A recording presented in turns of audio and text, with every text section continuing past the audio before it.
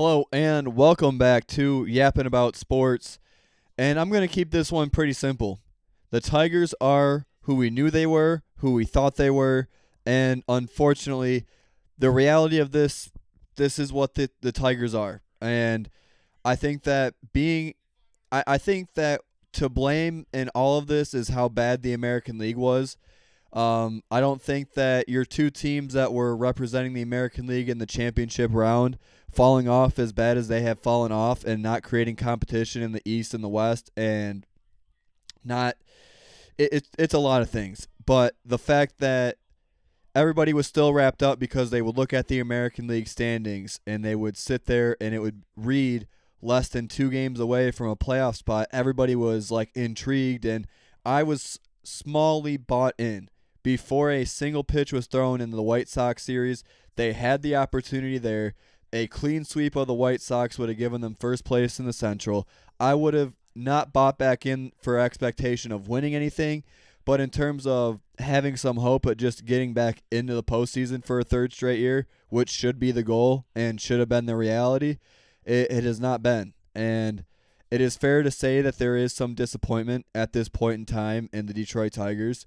I think that having the chance that you just did before you played these 6 games, so going back to last Friday before you faced off against the White Sox, you just couldn't afford. You at worst could have went 3-3 over these last 6 games, and going 1-5 and losing all the momentum that you had just built. I think that it's very realistic to look in a month after, as we're dwindling down the season and look back at this stretch specifically when they got to 60 and 61, were in prime position to hold on to a wild card spot, chasing the American League Central lead and playing hot baseball and just surviving and advancing. And that is also, that is what this Tigers team has done as of late. They've survived and advanced because I haven't even brought up today's game, but Jansen blowing yet another save and the bullpen blowing yet another save in total, and the Tigers' arms and staff giving up it's the 28th blown lead, and it's the 18th or 19th time they have now lost when leading entering the 7th inning or later. 18 games the Detroit Tigers have lost when leading entering the 7th inning or later. And Jansen himself, I'm pretty sure, has blown 4 saves alone. I don't know what the 4th one is, but today in Pittsburgh he blows one, giving up 2 solo home runs. He gave one up in Baltimore, I'm almost positive, and Atlanta, I'm almost positive. And on paper it is what it is. But in terms of MLB youth and longevity, and it's very, very, I wouldn't find it too out of the reach to call Kenley Jansen a fossil of the bullpen in terms of major league terms. And when you have someone that has almost 500 saves, it seemed like it was more of having Jansen go for 500 saves this season and Verlander being back in a Tigers uniform versus signing players that were going to make your team better in the long run. And I sit here after today's loss. The Tigers sit at 61 and 66. They were up 3-1 entering the 7th inning of this ball game. They gave up a two solo home runs. They give up off of the bench, and then they have the last one that does you in. I think it's Lowe ends up walking it off in the 9th for a 4-3 win. You've lost 5 of 6 games at the time. You just cannot afford it. You now slide back before teams file in, because I'm still recording as of wild card action and teams play right now. But you're going to be at minimum a game and a half now away from the wild card. And if anybody still wants to scoreboard watch and wants to tell me, hey, this team is still in the picture, they're still within 2.5 games, that's great. But from being at so many games this season, watching this team every single game possible, and you just have to look around the league, and other teams have bullpen issues, but they don't have these types of bullpen issues where you're walking on eggshells. It's a race to, can the other team take the lead before you record the final out? And there's just no confidence. And you had some small glimmer of hope that you had a 7-8-9 of Holton, Finnegan, and Jansen to maybe hold on to and just ride for good or for bad or for indifferent.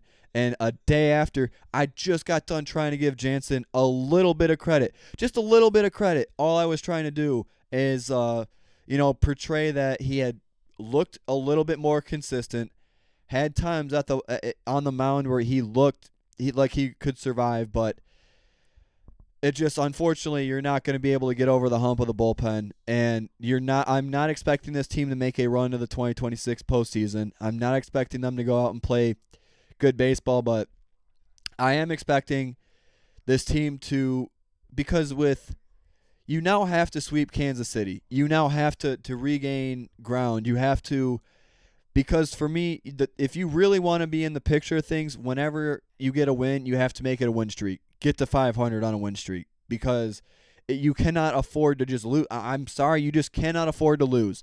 If it's not obvious, it's pretty obvious. You just can't afford it.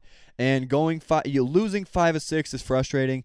Knowing that this team was so capable, and you're going to look at it so many different ways. You're going to look at the bad month of May. You're going to look at the injuries. You're going to get pissed at Skubal. You're going to get pissed that we didn't keep him. You're going to get pissed that we traded him.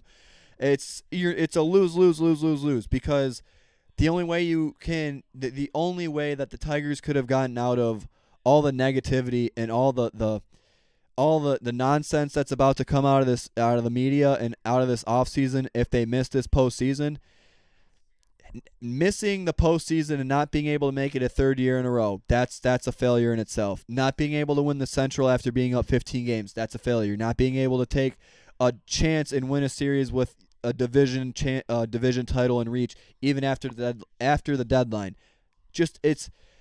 You don't want to be beat down and negative Nancy on this team. You really don't, but you have to realize it's a business. It's professional sports. I am just a yapper at the end of the day. That is how I see myself. I'm here to talk to people, be a part, and give my opinions and recap and talk sports where I can. But for a team that had what I thought, you would think a team and an organization that had made the postseason 2 consecutive years, had the 2-time reigning Cy Young Award winner, had a now 3-time consecutive All-Star in Riley Green, having an outbreak season and an All-Star catcher in Dylan Dingler, that Scott Harris would have been able, in the front office and ownership, would have been able to put the pieces together enough to give you a chance at a serious postseason run and a chance at a World Series. And for that not to be the reality, I think is, for me, I just strictly look at the front office, and I think a lot of this does lie on Scott Harris. Some of it lies on some mismanagement in minor games, but that's a very minor detail, and mostly just not having enough talent on the roster over the past 5 years until now. And I don't know. There's a lot of things you can continue to go down, things you can change, but you also have to look at the positives. Is that I'm not frustrated, because you just have to deal with the reality that this team is not a good team, but you also now have another offseason, whether it be through trade, whether it be through free agency, or whether it be through development. You need to figure out this bullpen. You cannot go into next season without at least making a serious attempt at trying to fix and rearrange what you have back there, because today was the prime example, and today is exactly why I am not a believer of them being a postseason team. I don't believe they deserve to be a postseason team, and at the end of the day, they don't do enough things right. And you can always go and find things that they just are not crisp enough, whether it be fielding errors at times, whether it be the walks. The walks are really starting to irritate me. I mean, I think they should be irritating a lot of people. I know I speak for a lot of other fans and media and saying that, but not being able to simply have a bullpen and have arms that you can consistently just rely on. Okay, when we send so-and-so out there, they're going to get 3 outs, and that's what it's going to be. It may be bumpy at times, but the end result is we are going to win this game because of the bullpen. And you're winning 3-1, solo home run in the 7th, 2 solo home runs given up by Jansen in the 9th. You lose position in the wild card. And, okay, guys, if you are going to scoreboard watch and if you're going to standings watch, you basically just have to root for every team in the American League outside of the Angels, Royals, and Athletics to lose. Root for the Tigers to win. But I keep it simple. I just look at who has the last wild card spot, How many wins do they have? How many wins do the White Sox have? Chase that number. And if you are not at that number, don't focus on anything else. And for me, I'm not focusing on anything until they're 500. I don't care what the standings say. I don't care if a game under gets you in. I need it to look good. I need it to look semi-normal professional baseball again, and competitive baseball, and actual consistency on the mound. Having the amount of games that you have starting pitchers give you 5 or 6 innings of one-run baseball and your bullpen comes in and is not able to hold is just unacceptable. And going to the ballpark and just knowing, like, you just know what's coming now. Once that starter leaves the game, the Tigers are going to give up base runners. They're going to give up base hits, and it's just not going to be a winning formula. And that's what it's going to be. That's what I have. I know the Twins win. I know the White Sox won. I know the Yankees are currently playing. The Red Sox lose 7-5 to the Diamondbacks. But, hey, I don't have belief in this team to make the postseason. I still will probably make my way down.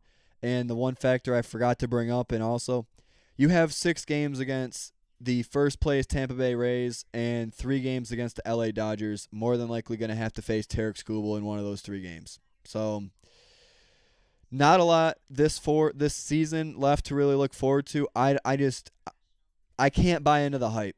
You have to sit back, look at what your team just did this week, and say, yeah, this is not a winning team. This is not a playoff team. This is not a team I should be investing more than I need to in right now. And whether you look at injuries or whatever the case may be, it's 6-22 in May. It's Skubal getting hurt after knowing he was hurt in whatever. It's trading them at the deadline but not getting bullpen help. It's signing guys for the bullpen and relying. Even if Will Vest was healthy, it makes minor difference, if any. And so Tigers fall to 5 games below 500. Slide another minimal half game, possible game out of the wild card. Fall another game out of the division after the White Sox win and the Twins sweep the Braves. And I will take a screen look over. The Guardians are currently losing 1-0 to the Giants as I am recording this. So that's what I have for you guys.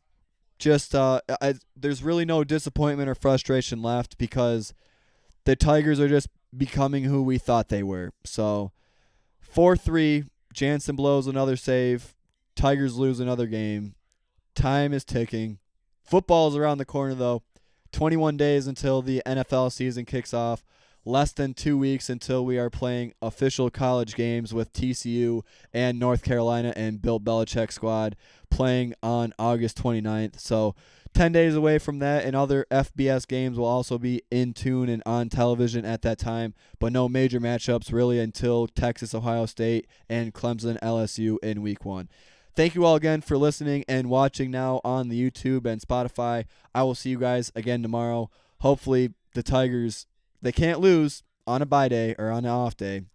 I will hopefully talk about a Tigers win. If there is any real shot left, and I mean any possible literal 0.2% chance, playoff chance that you had in August 2 years ago, I am only going to buy anything back at a 1% buyback if they have to sweep the Royals. They have to.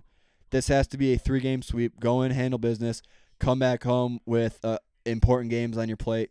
Go win 4-6 between Tampa and LA somehow and show us you're for real. But I just know it's not going to be the case. I'm done putting any real hope and optimism in the playoffs. I'm just here to, if I were AJ Hinch, my 1, 2, 3 would be Max Clark, Kevin McGonigal, and Dylan Dingler. That's my top 3 in the order every day, and I'm riding with it. So without further ado, thank you all again for listening. I will see you all again tomorrow.